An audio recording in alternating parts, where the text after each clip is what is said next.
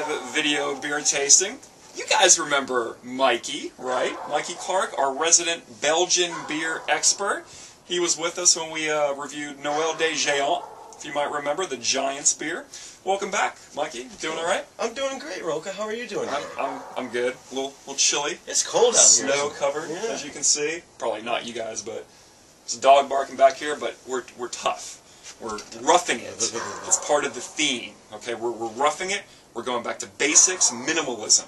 All right? Okay, I'm ready. You know why? You know what today's selection is? Let me ask you a question. Okay. Now, you love Belgian beer, correct? Yes, sir.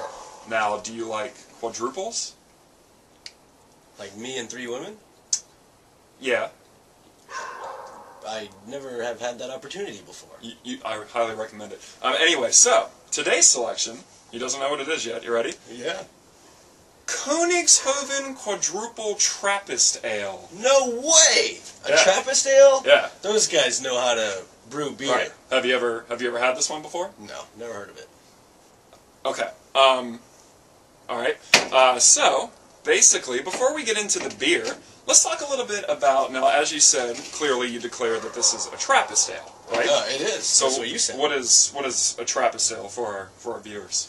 Well, that's from the Trappist monks. Okay. Right. In Belgium. Okay. In Belgium. In Right. Belgium. Trappist monks in Belgium. Which right. is where I like my beer. Okay. They do a great job. Okay. Talk a little loud. You know what I mean? Yeah, so anyway, Trappist ales, for you guys, like he said, are brewed in Trappist monk monasteries, right? In Belgium. And they mainly exist not for profit, right? Correct. But to do what? To brew beer. For what reason? To finance the monasteries. The financial monastery reasons. Very good, absolutely. Yes. Okay, now as you said, they're all in Belgium, right? I believe that that true? is correct. You're an expert on Belgian beer, right? Well, yes, I think they actually have a monastery outside of Belgium. Just one, though. Really? Yes. Okay, that is true. I believe it's in Holland. Correct, and that is this one. Good this job. is the one? Yeah. Oh, I've never had it before. I'm excited now. Glasses are working, aren't they? Yeah, they are. Making you smarter, right? Yeah, I know. More intelligent if you have glasses on, right? Yeah, Okay. call me. This brewery has an interesting story I'm going to share. Okay. And let me know if it's accurate to you. This is the Koningshoeven Brewery, right? Mm-hmm. And it was founded at a Dutch Trappist monastery in 1884. Okay. Created to finance the monastery and also for charitable efforts. Trappist breweries can also work for charity. Well, right? I believe that is correct. Okay. What's one of your favorite charities out there?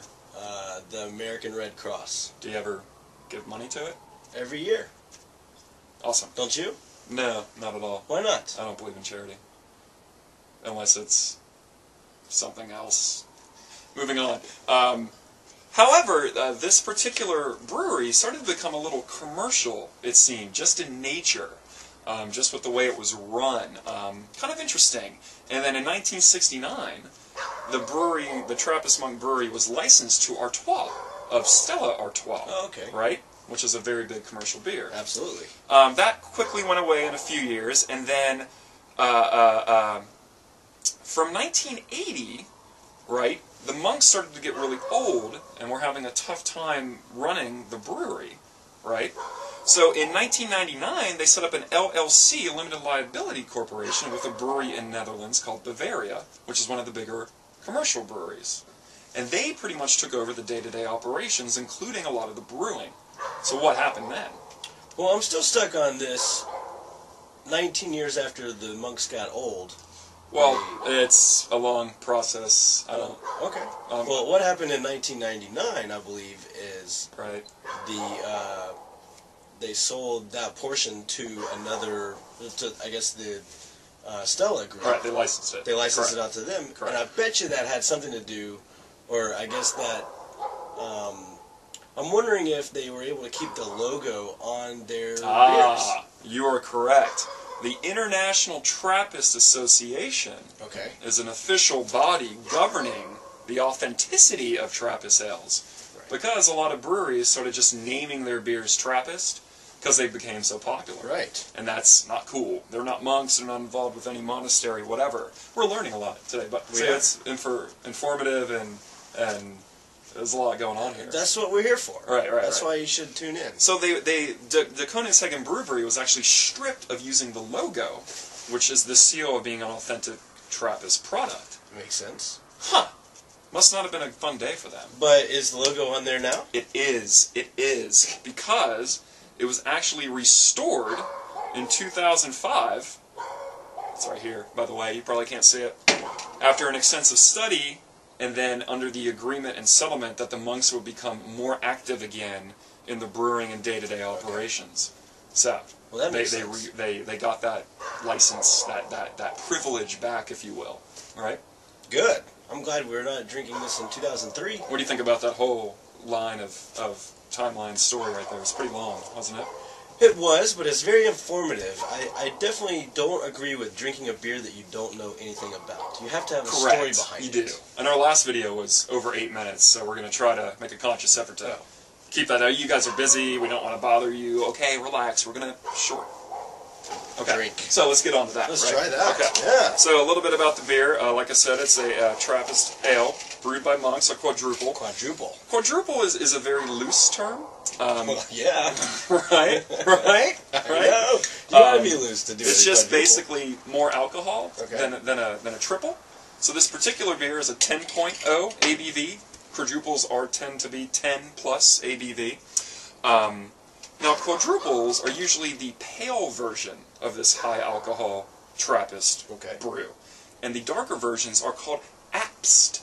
ABTS. Apst. Apst. Why are they called that? Do you know? Since you're a Belgian beer expert. True. However, why are they called? I think it's because, you know what? I'm more on the Netherlands or the Dutch Belgian persuasion, so I'm really not quite sure why they call it that. Okay. Could you explain that to me? I can't. That's why you're here as a Belgian beer expert. Well, this is the this is the Dutch Belgian persuasion, and I think I may have said it messed up a minute ago, but I'm let's go ahead and drink the beer here. Don't forget your three-turn technique. 3 times. It's your trademark like a charm. right there. 2, right? 3. This beer, by the way, has a 99 score on ratebeer.com. Very, very high. Oh, the aroma is delightful. Definitely smells like that Abbey Ale. Oh, it's good. Very good. It's actually really good. But it's a Belgian beer, so what would you expect? Go Belgium. Wow. I like it. That is outstanding. It's amazing. It's a very nice color. Copper red. Reddish brown. Not a big head. Well carbonated, as you can see. Still got the bubbles coming up from the middle. I like it. Oh, that is nice. Very complex. Great taste all around, beginning, middle, and end. Now, unlike the Noël de Géant, if you recall, that beer hid the alcohol quite well. This one, not so much. You can tell it's a pretty strong beer, don't you think? Absolutely. Right? What other tasting impressions do you have? What does it taste like to you? Tastes like a very good Belgian beer. It does. A little roastiness, a little fruity. Kind of that fruit quality that a lot of Belgians have as a result of the, remember from last time? Yes. What gives it? It was not orangey. The yeast, though, is what typically gives it that quality. Exactly. Yes, it is. It's warming. amazing. That's why we're outside and it's cold. Outstanding. I picked this up at Ale Yeah, by the way, in Decatur. I highly recommend that. Ale Yeah! Right?